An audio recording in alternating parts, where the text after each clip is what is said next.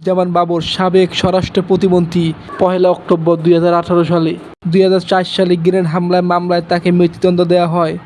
কিন্তু হঠাৎ কেন আলোচনায় সাবেক স্বরাষ্ট্র প্রতিমন্ত্রী লুৎফুজ্জামান বাবর?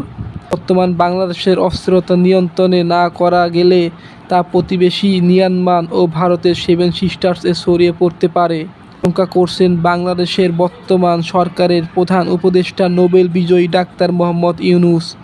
ভারতের গণমাধ্যমে সাক্ষাৎকার দেওয়া এনডিটিভিকে কথা বলেন। এরপরই বক্তব্য দেওয়ার পরই হঠাৎ করে সামাজিক যোগাযোগ মাধ্যমে লুৎফুজ্জামান বাবরকে নিয়ে আলোচনায় ছড়িয়ে পড়ে।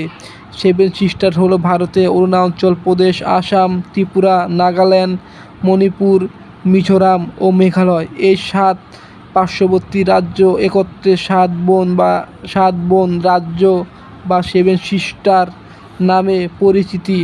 অনেকেই মনে করেন লুৎফুজ্জামান বাবর ভারতের আতঙ্কের নাম।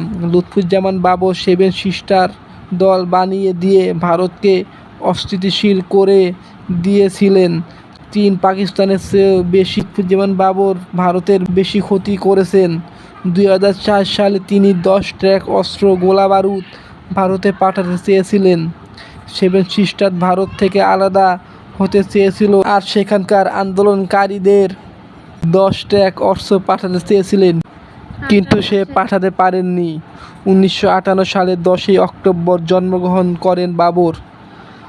2004 সালের 10 ট্রাক অস্ত্র মামলায়ও তাকে মৃত্যুদণ্ড দেওয়া হয়। বর্তমানে লুৎফুজ্জামান বাবর জেলে বন্দী আছেন।